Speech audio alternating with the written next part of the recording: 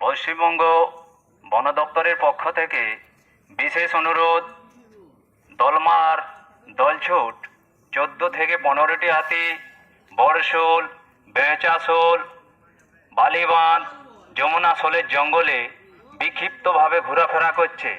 জঙ্গলের রাস্তা দিয়ে আপনারা কেউ যাতায়াত করবেন না।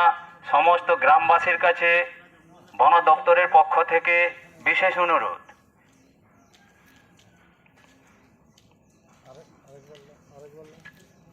ঝাড়গ্রাম বন দপ্তরের পক্ষ থেকে বিশেষ অনুরোধ, দলমার দলছুট 14 থেকে 15টি হাতি বড়শোল, বেঁচাশোল, যমুনাশোল, বালিবাঁধের জঙ্গলে বিক্ষিপ্তভাবে ঘোরাফেরা করছে। আপনারা জঙ্গলের রাস্তা দিয়ে যাতায়াত করবেন না, যে কোনো সময় দুর্ঘটনা ঘটতে পারে।